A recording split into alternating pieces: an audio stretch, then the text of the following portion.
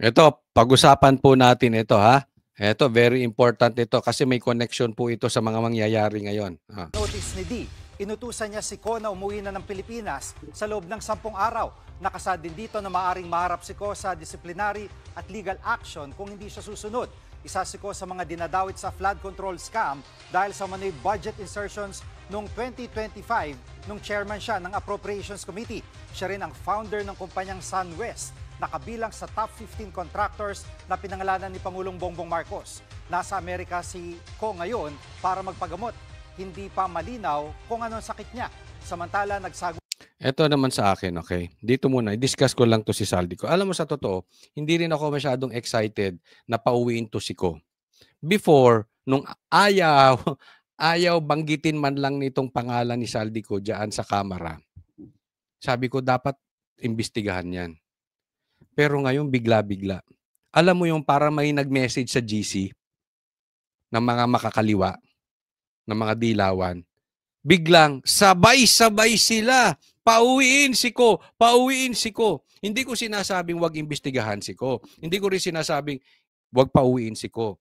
Even si BP Sara sinasabi, pauwiin na yan. I agree. Kaya lang, sa isang banda, sa tingin ko gagawing fall guy. Ididiin sa kanya lahat. Ilalaglag siya nung magpinsan na may Alzheimer, na mga traidor. Ididiin. Doon yan eh. Kasi apaka-imposible, sabay-sabay sila ang ayaw nilang pauwiin si Ko. Tapos bigla sabay-sabay sila, pauwiin na. Ha? Naku, wag tayong maglokohan. 'Di ba?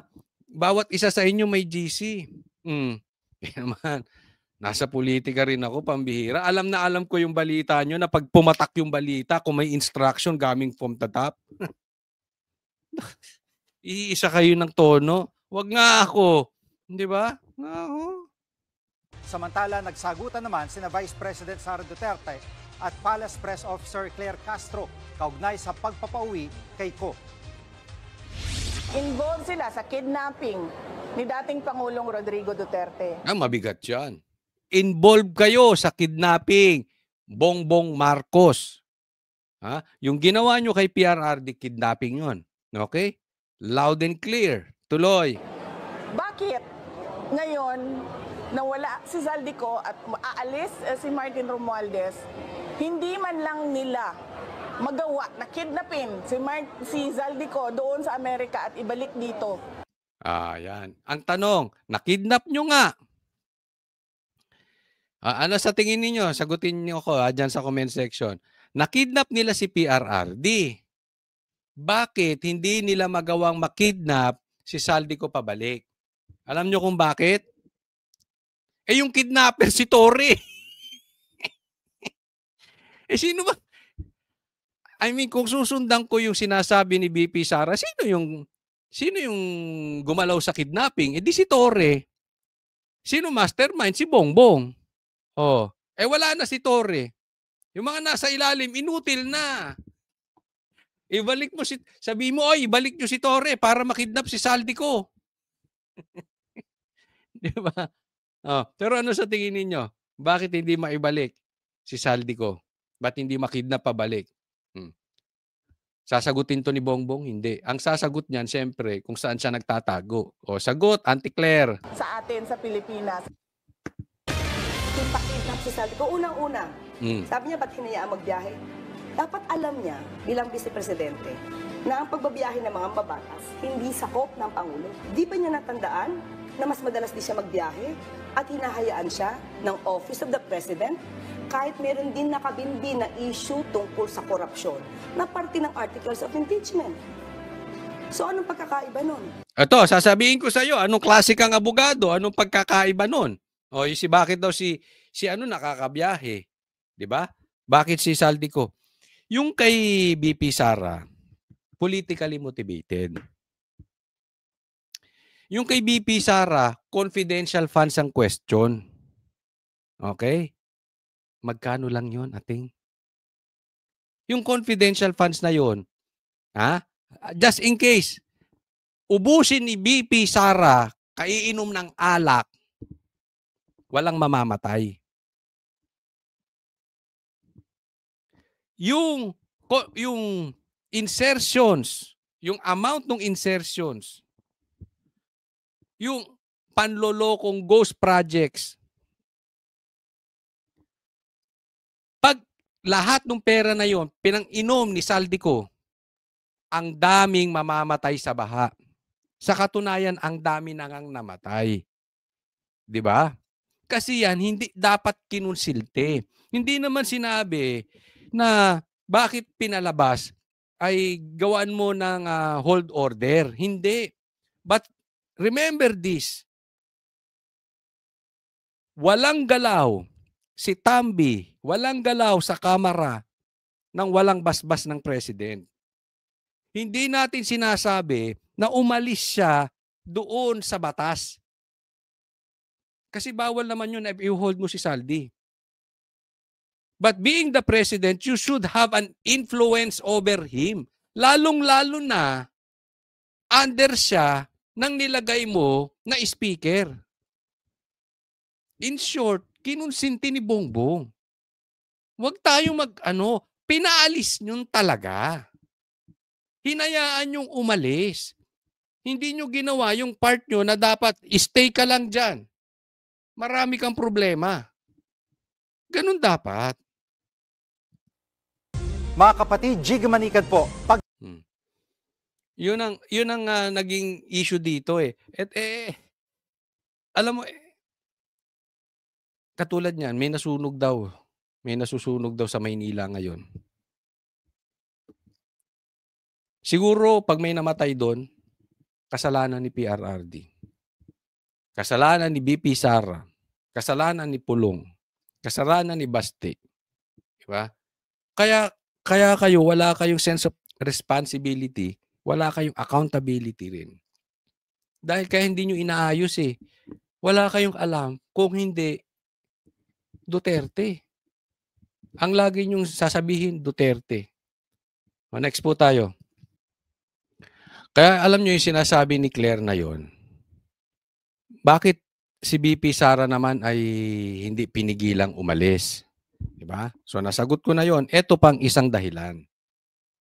Kidnapping yon, gobyerno natin bulok na, sabi ni Chavit Singson, ni Manong Chavit. Sabi rin ni BP Sara, yung ginawa kay PRRD kidnapping. Okay? Kaya nga, hindi pwedeng sabihin ni Claire na ikaw nga pinapayagan ka ng gobyernong umalis eh. Kahit may nakabinbing kang kaso. Bakit si Ko hindi papayagan? Hindi po yun. Hindi yun ang issue. Ang issue doon ay gumawa nga kayo ng illegal kay PRRD. Ngayon sasabihin nyo, gusto nyo sumunod sa due process. Ngayon sasabihin mo, Claire, gusto nyo sumagot. Gusto nyo sa legal na paraan gawin. Illegal nga to eh. Kidnapper nga si Bongbong. Ayan no, maliwanag. Tinatawag na ni Chavit na kidnapper. Siya ang mastermind yan eh. Diba? Ano ba yung ginawa ni Torre? Ano ba yung ginawa ni Boying? Sabi niya hindi pa papasukin ng ICC tapos pinapasok. Dapat ibalik din si Saldico. Bagamat sabi ko nga ako hindi masyadong excited dahil alam mo, ang ginagawa nila ngayon hinahijack ng Dilaw eh. At CPP-NPA. Alam nila maraming magrarally. Paano nila papasukan nila ng Trojan horse, parang ganoon. Papasukan nila ng Dilaw at saka ng CPP-NPA. So, mark safe na si Bongbong, mark safe na si Tambi. Sa katapos-tapusan niya, kasalanan pa ni PRRD. Di ba? Ganito rin ang ginagawa ngayon. Hinahaluan nila. Kaya naman, ito yung punto ko. Kaya hindi ako masyadong excited sa pag-uwi ni Saldico. Kasi pinantatakip eh. Basahin po natin itong sinabi ni Kiko Barsaga. Si Saldico na nasa Amerika ang gustong imbestigahan. Pero si Romualdez na nasa Pilipinas lang, walang kaso. Tuta na bagong speaker yan. Boji D. resign. Kasi ang gagawin lang nila dito, kunwari pauwiin si Ko, tapos hindi naman talaga nila mahahatak pauwi sa Pilipinas. So, wala tayong mapapagkatapusan nito. Sasabihin lang nila, yung may sala, nandoon sa Amerika, hindi makita, hindi mahuli, haya-hayang buhay. Diba? Kung napabalik nyo nga si Tebes dito, na-kidnap nyo nga si PRRD, imposible hindi nyo mabalik si Saldico. Pero ganyan ang plano nila. Ibibintang lahat kay Saldico, tapos si Saldico nandiyan dyan. Pagtatakpan nga Kaya nga, huwag tayong papayag na ang gusto nilang imbestigahan ay yung nasa Amerika. Yung mastermind nandito si Tambi. Di ba naiintindihan nyo? Yan ang gusto natin. Yes, oo, maraming nagawang mali si Saldico. But still, kailangan yung pinakaulo, yung pinakamaster. Andi dito At ang daming tuta ni Tambi. Ni bawal banggitin yung pangalan. Ang daming politiko, duwag pinagtatanggol pa si Tambi. Yung wala ang hinahanap. Yung nandito, hindi pinapansin. Saglit. Namatay yung Kaya panawagan sa taong bayan, huwag tayong papayag iligaw. Ang kailangang managot dito, higit sa lahat, si Bongbong. Pangalawa, si Saldi. Si Tambi. Kailangan, yes, managot din si Saldi, sila Diskaya, mga kontraktor, DPWH, okay na yun. Walang problema. Pero kahit panagutin mo lahat ng kontraktor sa buong mundo, isilya elektrika mo si Saldi, pag si BBM, tsaka si Tambi, hindi rin nanagot, wala rin kwenta. Mas maganda pa na yung mastermind, si BBM at saka si Tambi managot doon sa mga ginawa nilang kamalian. At yung iba kahit na makawala na lang. Kasi mahihinto ang korupsyon. Pag natapyas mo yung utak, yung ulo. So wag tayong magpapaligaw. Wag nating hayaan na iligaw tayo. Kaya nga sabi ko, baka mamaya ililigaw nila sa Duterte, kukuntsabahin nila ang CPP-NPA, mga komunista, merong ilalabas na balita. Alam mo, pati artista, pwede nilang kuntsabahin may maghihiwalay na artista, malaking balita para mapagtakpan. Balita ko nga, may naghiwalay na artista Di ba? Huwag tayong papaligaw doon mga kababayan ko mahilig sa chismis. Focus tayo dito. Malapit na, konti na lang, kapit. Baka mamaya may malaking artista na mag-away, maghiwalay, may iskandal. Kinalimutan na natin itong sa baha, pambihira. Wag naman, ililigaw tayo. Ito medyo ina-exaggerate ko lang. Pero talagang ginagawa nila yan. Iingat po tayo. Lahat ng paraan ng panliligaw, makalimot lang, manlambot lang, mawala lang yung init natin sa paghahanap ng mga magnanakaw sa baha. Nako, gagawin nila yan. Kaya lahat ng klase ng balita. Kaya nga ako lagi kong binabalik dito yung balita. Huwag po nating bibitawan yan. Nagpasabog na si Chabit. Kaya sabi ko, nag-post ako Ikaw, GMA, kailan ka? Ito mga politiko na ito, ngayon kayo magsibaligtaran. Isang malaking tuta na lang ang bumaligtad, tapos na ang laban. Malaking tuta lang, bumaligtad. Pero, baka naman saka kayo magbabaligtaran, GMA, etc., saka kayo magsasalita pag alam nyong panalo na. Naku, wag kayong ganyan. Hindi na namin kayo ngayon na kayo magsalita. Pakinggan po natin, medyo may malalim na speech na binitawan si Robin Padilla, o si Senator Robin Hood. Tandaan po natin, hanggat may baha, may buhaya. Maraming salamat po, Ginoong Pangulo. Mr. President, Kita mo na nagtatawanan na. Nagtatawanan lahat, masaya. Even yung majority na si Subiri, masaya. Tingnan nyo si Tuta. Ay, si Tuta. Si Tito. Tingnan nyo si Tito. Observe nyo. Majority Leader. Delikado pala, Mr. President, pag may talagang may buhaya. Mr. President, the good gentleman... Pati si Subiri, sinasakyan niya. Si Tito Soto, parang gusto diretso na. Walang ganyan. Alam mo, feel ko si Robin eh. Kasi, in a way, ewan ko kung parehas tayo na nafe-feel. In a way, natutuwa ako. Kasi medyo naaamoy na natin, di ba? Yung, alam mo yung pag magpapasko, iba na simoy ng hangin. Naaamoy mo na. Di ba? Pag gutom na gutom ka, tapos merong niluluto sa baba, naaamoy mo na. Uy, kakain na ako. Di ba? Eto, naaamoy na natin yung tagumpay. Kaya maraming Pilipino, bagamat galit na, meron ding mga natutuwa. Kasi, nakikita na. Konti na lang, konti na lang. Eh, yung mga tuta, parang malungkot kayo. Diba? Hindi nyo ba nakikita yung vibes? Bagamat may problema tayo, masaya na sila Senator Robin. Ramdam din nila yan eh. Sila Subiri, sila Marcoleta, sila Jing. Masaya na eh. Ito si Tito parang grumpy old man.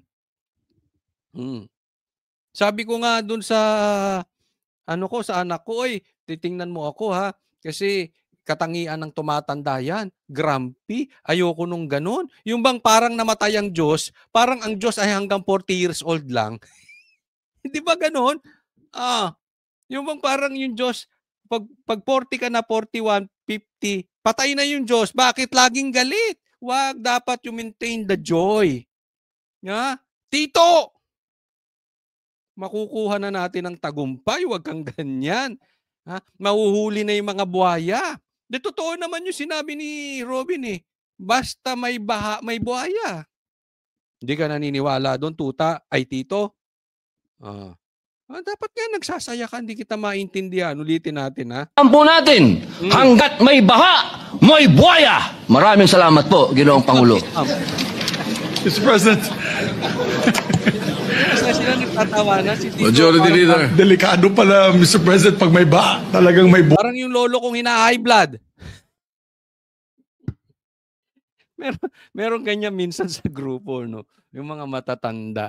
Jesus. Ay, hindi ko po iniinsulto yung matanda kasi pati ako matanda. Kaya nga sinasabi ko, yung mga anak ko, pag nakikita nyo akong grumpy na ganyan, wag, pangit.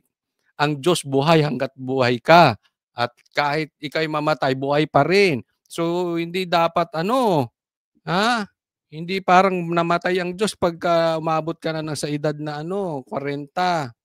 buhaya. Mr. President, the good gentleman from Bulacan. Pati kakampi nyo, natutuwa. Ito, next. Ito si Abante kinasuhan. Buti nga sa'yo. News update. Cyber libel case isinampa ni Grijaldo laban kay Representative Benny Abante. Talo naman kasi yan eh. Hindi naman uupong congressman niya kung hindi dahil kay Garcia. Magkano kayang natanggap ni Garcia? O kaya baka hinimas-himas ni Abante. Ay, thank you Garcia. I owe you one. Hindi, baka lang may kasunduan kayo, wala ba? Nagtatanong lang. Ito important lesson din ito. Huwag kayong gagawa ng kalokohan dahil nasa power kayo. Isipin nyo, kinulong nyo to. 19th Congress, kinulong nyo to si Grijaldo. Ikaw ngayon na nakademanda. Anong gagawin mo ngayon pag upo ni BP Sara? Sip-sip ka ngayon kay BP Sara. Diba? Huwag kayong nang-aapi palibhasa. Huwag niyong inaabuso yung kapangyarihan ninyo palibhasa kayong nakaupo. Hindi ka parating panalo, minsan talo. Talo ka naman talaga eh. Pasalamat lang kay... Kaya alam mo, pinaka-powerful ngayon na bukod dyan kay Tambi, si Garcia. Baka mamaya si Trillanes maging presidente bigla.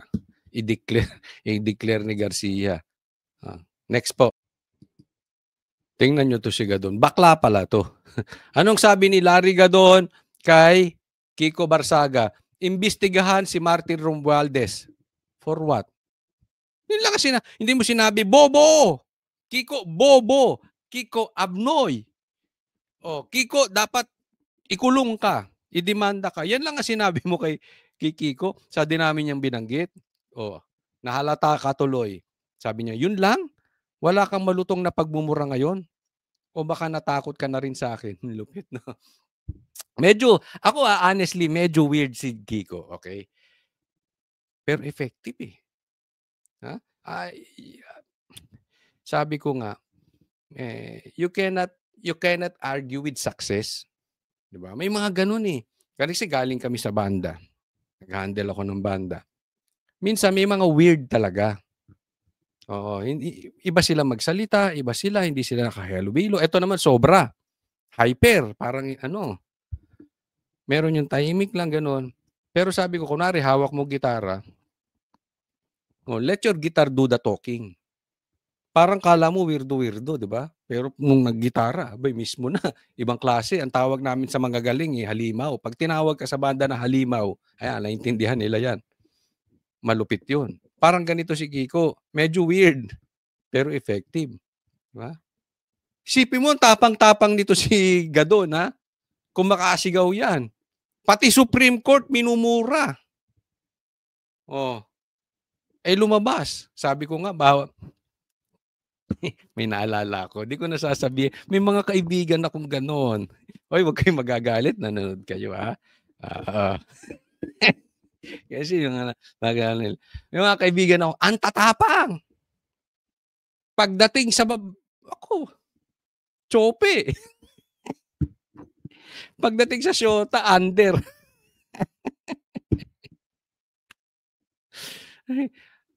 Anyway, lahat tayo may kryptonite. Lahat tayo may di ba? May mga weakness. Ang kryptonite pala nito, lumabas yung pagkabading ni Gadon. Si Kiko lang. Effective talaga to si Kiko. Kakaiba. Idol na to parang isipin mo, puro may edad na yung mga kasama niya. Pero alam nyo, siya ngayon na nagsashine, ha? May bayag eh. Yung mga kasamahan niyang ibang congress dyan, wala pa, mimik.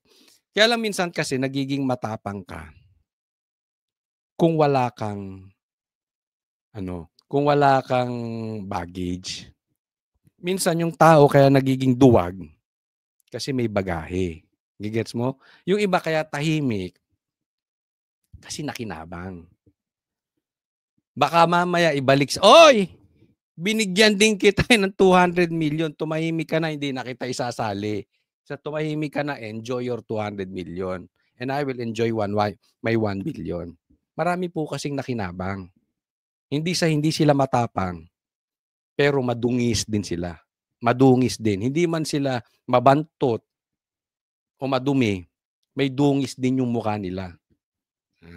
Ito, matapang to siguro, meron siyang, hindi naman siya perfecto. Wala naman talagang perfecto, kaya lang matapang ito siguro dahil malinis eh.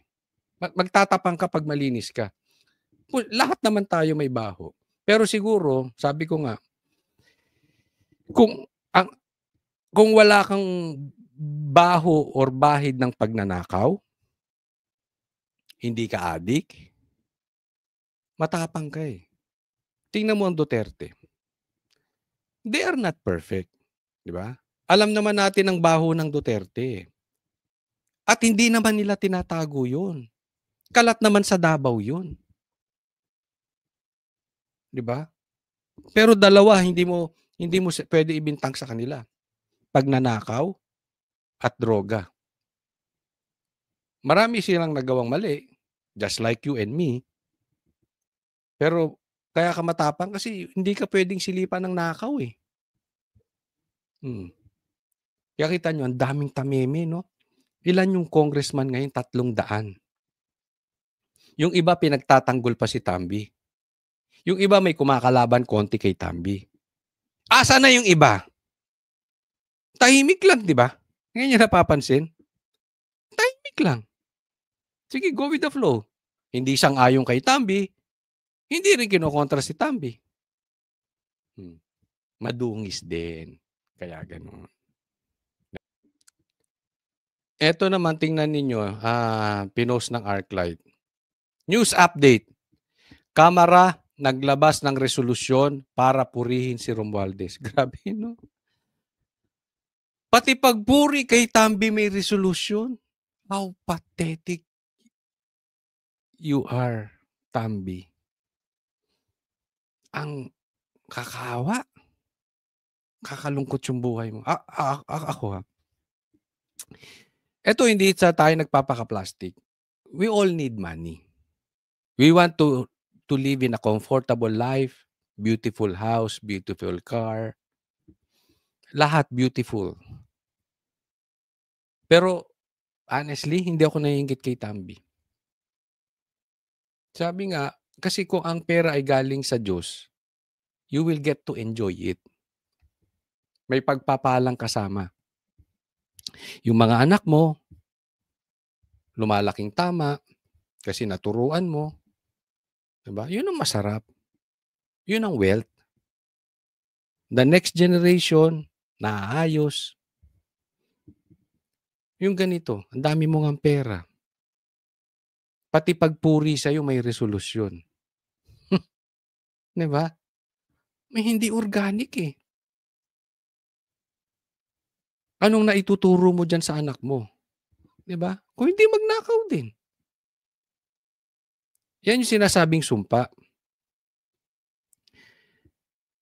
Sabi nga nila, 70%, 80% na magiging ugali ng anak is what they see sa kanilang ama.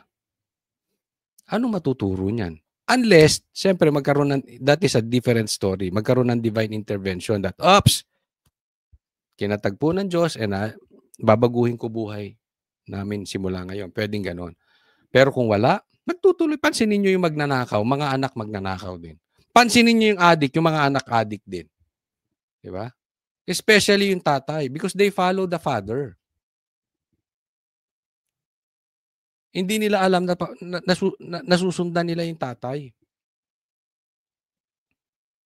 Tapos may buhay kang ganyan. Ang laki ng bahay mo nakaharang. Bakit? Baka batuhin. Diba? Kaliwat kanan ng kaso mo. Paano ka makakatulog sa gabi pagka malakas ang ulan? Yung konsensyang ganon, yung may mamamatay sa baha. Tuwing babagyo, hindi ka matahimik. Ilan naman kaya mamamatay? Tapos ikaw nandun ka sa air-conditioned room mo, maybe on a private jet. Diba? I don't know. Hindi nakakainggit eh. Hindi Ilan taon na ba ito? Ilan taon ka na lang sa mundo? Pambihira. Kung maiimpyerno ka naman. Useless. Useless yung private jet mo.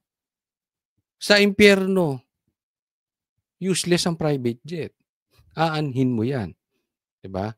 Hindi ko po sinasabing maimpyerno siya. Malay natin, at the end of his life, magbagong buhay. Sana nawa. No? Hindi natin wini-wish na mayroong maimpyernong tao. Bata, sabi ko nga, dapat tingnan natin yung mga bagay eh. Ito namang mga congressman, susunod din. Ba't ka naman gagawa ng resolusyon para purihin si Romualdez? Pambihira naman. Ang lulungkot naman ng mga buhay ninyo. Pati pagpuri ninyo, kailangan may bayad. Pati pagpuri ninyo, kailangan may utos. Diba nakakalungkot yung ganyang klaseng buhay?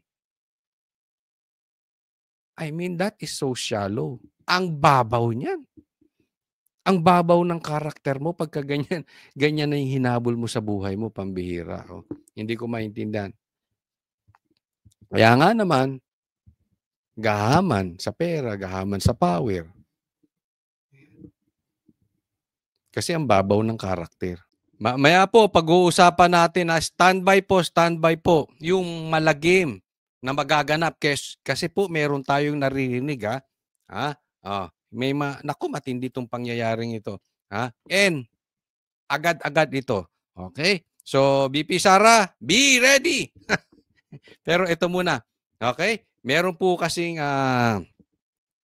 matinding pasabog to si Chavit. Huwag po nating kakalimutan, ha? Pag ito si Chavit nagsalita, alam nyo naman nangyari before, history. Naku po, simula na po, ha? Simula na po ang pagbagsak. Di ba? Ang pagbagsak ng malagim, nakaganapan, at nakuha natin ang hustisya. Pakinggan po natin, ito. Dahil nilabas niya, mahiya naman kayo. Mga flood control. Meron siya eh. Ang mga binabanat ng Diskaya ngayon, silang kontraktor nila eh. Buong Pilipinas. Sa Ilocos Norte mismo, yung mga Diskaya ang kontraktor nila. Yun. Diba? This is very, very important. Okay? Kaya, we challenge yung ICI na tinayo ni Bongbong Marcos. Ito, diretsahin na natin. Huwag na nating pagtagalin. Yung ICI ni Bongbong Marcos, na tinayo niya yung tatlong yan at may extra tagapagpayo ata dyan si Magalong. Pagka hindi inimbestigahan ang Ilocos Norte, fake yan. Wala yan. Anong ibig niya sabihin? Moro-moro lang yan. Ha? Lokohan lang yung investigasyon na yan. Optics lang yan, niloloko. Kaya abangan po natin. Ha? Hindi po pwedeng makakaligtas ang Ilocos Norte at Leyte. Posibleng wala kayong kasalanan, which is improbable, pero posible pa rin. No? Di ba? May milagro. But still, kailangan imbestigahan ang Ilocos at ang Leyte ni Tambiloslos. Di ba? Nagsalita-salita yung anak mong bakla. Hinamon si Pulong nung 51 billion. Naglabas siya ng ebidensya, naglabas ng pictures, naglabas eto napuntahan nung billion na yon. Kayo, maglabas kayo ngayon. Sandro, wag kang bakla. Sagot. Tagal mong sumagot. Asaan? Yaang pinasok. Isipin mo. Yung Diskaya. Yun din pala ang kontraktor nila. Kung sinasabi niyong manloloko ang Diskaya, kung sinasabi niyong kurap ang Diskaya, kung magnanakaw ang Diskaya, pambihira, bakit niyo kinuha? Sabi ko kung sa tingin ninyo merong kalokohan yung flood control projects, bakit pinirmahan mo Bongbong yung insertion? 2022, 2023, 2024. Hinayaan mo? Tinuloy-tuloy mo? Nagbulag-bulagan ka, tapos yung 2025 na sangkatutak ang insertion, pinirmahan mo? Anong klase kang tao? Imbestigahan nyo yan. Ha? Yung Ilocos Norte tsaka yung Leyte.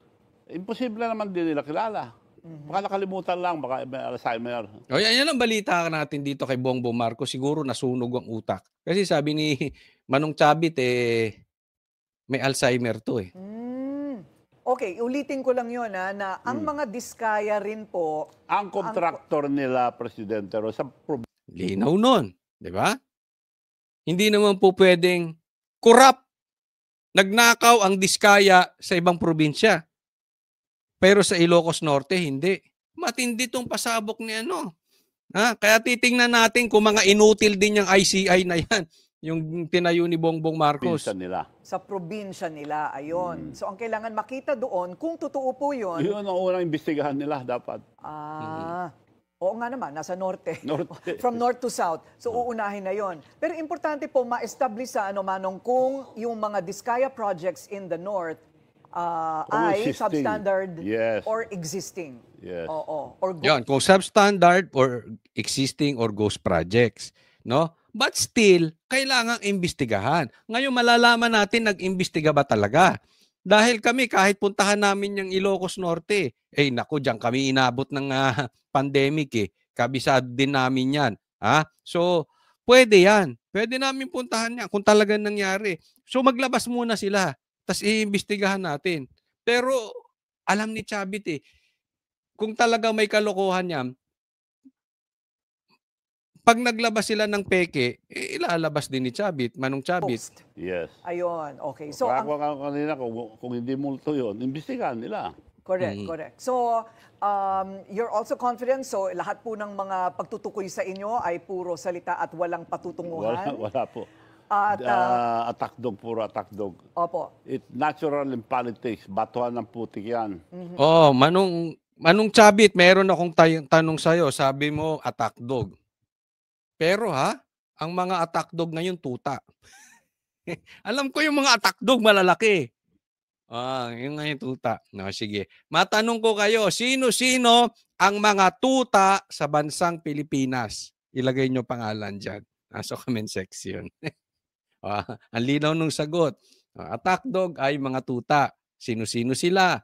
Lagay. Pagka nagsalita ka, nandun na yung mga trolls. Kung ano na sinasabi. Opo. So, ang susunod, ang sinasabi po ninyong kailangan ng sumunod agad ay ang pag-imbestiga ng mga flood control projects ng mga diskaya sa probinsya ng mga Marcos. Yes.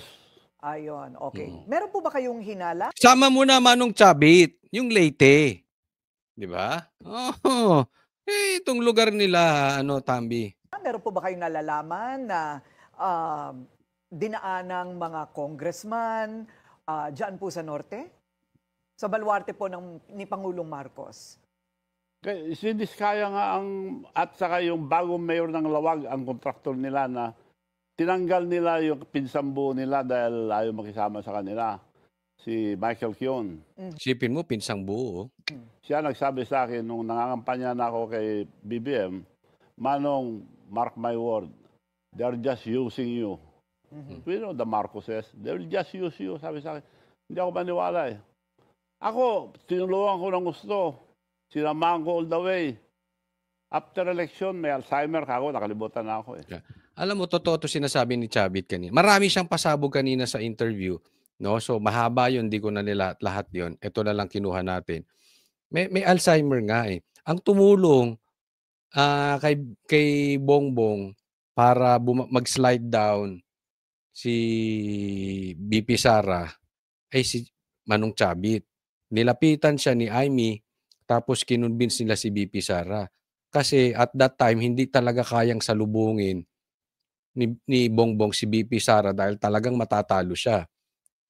Kaya kinonvince sila si BP Sara. Nakalimutan nga siya. Manong Chavit, hindi lang ikaw nakalimutan. Even si BP Sara, pagkapanalo niya, kinalimutan niya na agad si BP Sara. Ganyan po ang katangian niyan si Bongbong. Kaya kayo mga vloggers, sa tingin ninyo, nako, kaya nga may mga vloggers na lumilipat na sa... Kasi hindi nabigyan ng pwesto. Hindi in-acknowledge. Hindi nabigyan ng pabuya, ng kasunduan. Kaya yung mga vloggers nandito sa DDS, bakit? May Alzheimer nga yan si Bongbong. Kung si BP Sara kinalimutan niya, si Manong Chavit kinalimutan niya, lalo na kayong mga vloggers, huwag kayong tatanga-tanga. Oo, naku, yung mga ganyang klaseng tao, kaibigan ka lang yan pag may gamit ka. Pag wala, tae ka na sa kanila. Yan ang tingin nila sa'yo, basura. May ideya po kayo, bakit po sa palagay ninyo kayo po nilaglag o iniwan? Hindi ko matindahan, ang aga.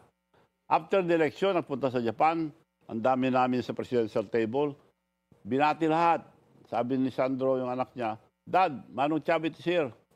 Ginanon niya Bastos, no? So sa madaling salita, nagkita-kita sila sa Japan, sinabi pa nung anak niya, tapos inisnab ni Bongbong. Ganyan po. Ano yan alam mo na, yung mga anak mayaman na wala namang talagang alam. Diba? Hindi lang naman ngayon nangyari yan kay Bongbong Marcos. Kahit nung rally, sinasabi namin nung before pa, di ba naglalabasan? Si Isko, pinagkakaguluhan, okay lang siya. Kakamayan lang, inuhugot yung kamay. Mata pobre yan. Yung mag-asawa na yan, mata pobre. Bakit Bakit? Ano daw dahilan? Bakit nakalimutan si Manong Chavit? Alam nyo kung bakit? Wala ka ng silbi for them. Simple lang yun. Basura ka na. Basta wala kang pakinabang, basura tingin sa'yo. Ganun lang yun. It's not about you, it's about him. Ano yun? Karakter na nila yun. Kaya mga overseas workers sa Japan, ang bastos yung presidente niya, sabi nila eh. Bastos talaga. Bagong upo lang siya. Wala po kayong ideya kung bakit. May Alzheimer. Nakalimutan siguro. Have you reached out to the president ever since he was elected? Ha? Have you reached out to him? Hindi na ako maka-appointment. Dinaanan ko na lahat yung mga private secretary na, appointment secretary nila. Wala. So, okay lang. So, pero ayaw ko sa lahat ng ginawa niya yung paghahamon sa China. China, sinabi nila noon, we never invaded any country, but Taiwan, we have to get it because it's ours. Sabi ng Amerikano, wag, laban tayo. Pagpunta ni BBM sa US, binalik ang mga bases. Ni Oy, binalik. Sinong bubugbugin? Tayo. Tuta. Kaya nga sabi, nung si Bongbong okay siya eh. Before nagpunta sa US. After nagpunta sa US, yung pangakong hindi pa babalikin ng EDCA, nakalimutan. Inaaway na ang China. In short, ano ang nangyari sa Amerika nung unang punta nila? Bakit pagbalik dito, pumunta ron si Bongbong Marcos as president? Pagbalik dito, tuta. Naging tuta na ng kano. Ganun ang nangyari niya. After niya, wala na. Dire-diretso na. Pag ganun na yung bansa natin, sunod-sunuran na tayo sa kano. Pati hindi natin kaaway na China, inaaway natin. Buti ang papadala mo doon, mga sundalo, kawawa, may mga pamilya yan. Hindi naman nila away, aawayin natin. Buti ko ipapadala mo dyan yung anak mo, bakla din. Di ba? Doon ako sumaman loob. Ipapahamak tayo eh. Ayun. Dapat neutral lang siya. Parehong kaibigan eh. China is our friend. China is our neighbor. Hindi, tsaka bakit tayo makikisali? Parehas kaibigan, tama. Neighbor natin yan eh. Ba't mo aawayin for the sake of America, layo-layo? Asan ba ang pakinabang natin? Nasa Amerika, ikaw may pakinabang ka sa Amerika. Di ba? Para siguro ma-release yung pera mo doon. Pero dito, ang pakinabang ng Pilipino, mostly sa China. Wala ang pakinabang yung Amerika. But hindi ko sinasabing maganda anti-America tayo. May mga kaibigan, actually may mga kamag-anak ako sa Amerika. Ang importante rito, tama, being a president, wala naman tayong kaaway. Buti kung kikita tayo dyan, awain natin lahat sila. Wala naman tayong kikitain. Ang laki tinutulong nila. Ang negosyong papasok dito. Manong, kailangan ma-interview kayo ni Pinky Webb sa kanyang programang Ito, tingnan nyo po ito ha. Kaya naman, dahil sa mga pasabog ni Manong Chavit at sa kaliwat kanang rally, ito po, ito delikado to. Anong sabi ni, galing to mismo sa Facebook ni Pulong. Martial law, whispers are back. History warns us, but some never learn. Highlight ko to, martial law, whispers are back. Ito, yung whispers na yan, nakarating sa akin yan. Kaliwat kanan ang tawag na natatanggap ko that this is real. Okay? Magkaka-martial law ba? Or hindi? Ang punto ko, totoo, hindi fake news yung sinasabi ni Pulong. Yung bulong-bulungan. Bakit? Pag may bulong-bulungan, galing from trusted, reliable persons, maybe from the military itself, maybe, this is dangerous. Posibleng totoo to, posibleng hindi. But for me, totoo to. Kasi nakarating sa akin. Bago ko pa nabasa to, itong sinabi ni Pulong, may tawag na pong nakarating sa akin. Tapos, bigla akong nabasa. Nasa gym ako nito eh. Nabasa ko. Sabi ko, confirm. Confirm. Diba? Nag-leak. Kaya mag-iingat po tayo. Kasi, kung totoo tong sinasabi ni Pulong, at yung nadinig ko, yung rally gagawa ng gulo yan. Nakikita nyo naman na, ngayon pa lang hina-hijack na. Anong sabi ni Manong Chabit? Ayaw niyang pumunta sa rally. Bakit? Politiko. Ha? Ang may hawak. Huwag na tayo magpaligoy-ligoy, diretsuhin ko na kayo. CPP, NPA yan. Kaya kami, hindi kami pupunta dyan sa rally na yan. Kung may gusto kayong puntahan sa mga nagtatanong sa DDS, dyan kayo pumunta sa Krame or sa Liwasan. Kasi yung mga yan, budol rally yung mga yan. Hindi yung Liwasan, yan, goods yan. Yang dyan sa Krame, goods yan. Pero yung iba, saka makakakita ng rally na walang accountability. Sisihin mong lahat. Wag lang si Bongbong Marcos. Anong klase yun? Siya presidente. Yung gulo ba ito mangyayari kung hindi siya presidente? Subukan niya mag-step down. Kahit practice lang 1 year. Tingnan mo, bibiglang shoot up ang economy natin. Aangat ang economy natin. Whether nakinabang siya, whether siya mismo ang magnanakaw, or nakinabang lang siya sa pagnanakaw, or hindi siya nakinabang sa pagnanakaw, inosente siya. Being the leader, siya ang salot. Si Bongbong Marcos. So anong kwenta? Kaya ako sa totoo lang, hindi ako excited dyan sa mga rally na yan. Kasi ang alam kong rally, organic. Yung biglang, oy, loko to, labas tayo. Ano yun? Naka-news, may plano. May tutugtog. Diba? Style BBM yan eh. Tingnan nyo yung rally nila nung 2022. O, diba? Nung tumakbo siya. Ganyan, Andrew eh. Style eh.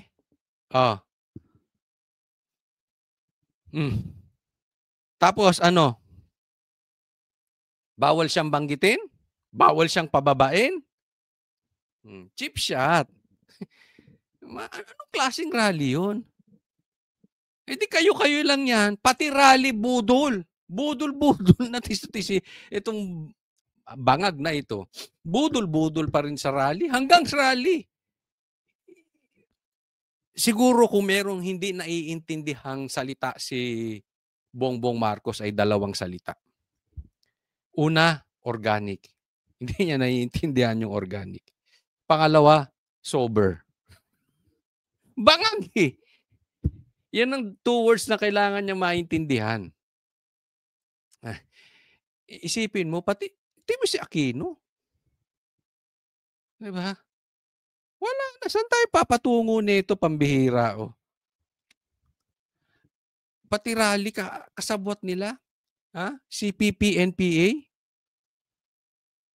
Alam mo nawala. Ito, derechahan. Ito, nababalitaan namin. Alam nyo, nawala si Joma Sison? Sino ang leader ng CPP, NPA? Sige, ilagay nyo dyan sa comment section. Sino may hawak ng komunista ngayon? Gusto nyo malaman? Hindi nila binabakbakan si Tambaluslos. Ang leader ng CPP, NPA ngayon, kaya galit na galit kay Pastor, galit na galit kay PRRD, galit na galit kay BP Sara, kasi yung mga NPA na yung mga komunista, galit yan dyan. Dahil talagang pagdating sa mga komunista, yung mga rebelde na yan, mga CPP, ang kumakalaban talaga dyan si Pastor, si BP Sara at si PRRD. Sinong kalaban nila ngayon? Si Tambi. Nagigets nyo? Yan ang leader niyan. Kaya wag tayong papauto niyan. Anong klaseng rally yun?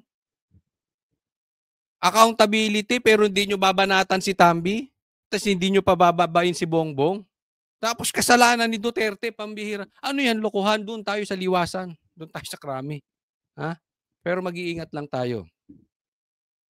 Okay?